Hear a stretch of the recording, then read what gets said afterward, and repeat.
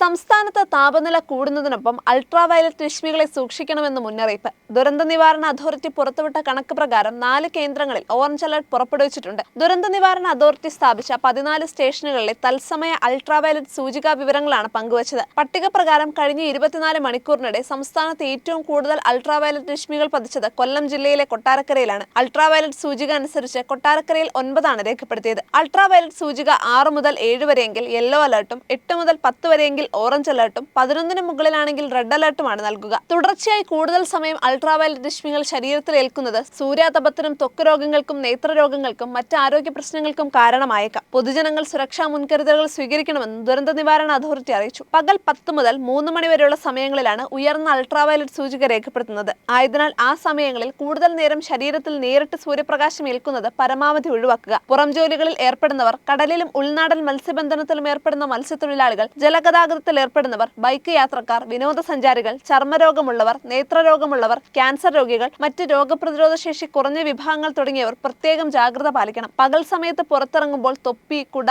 Sunglass എന്നിവ ഉപയോഗിക്കാൻ ശ്രമിക്കുക. ശരീരം മുഴുവൻ മറയുന്ന കോട്ടൺ വസ്ത്രങ്ങൾ ഉപയോഗിക്കുന്നതായിരിക്കും ഉചിതം. യാത്രകളിലും മറ്റും ഇടവേളകളിൽ തണലിൽ വിശ്രമിക്കാൻ ശ്രമിക്കുക.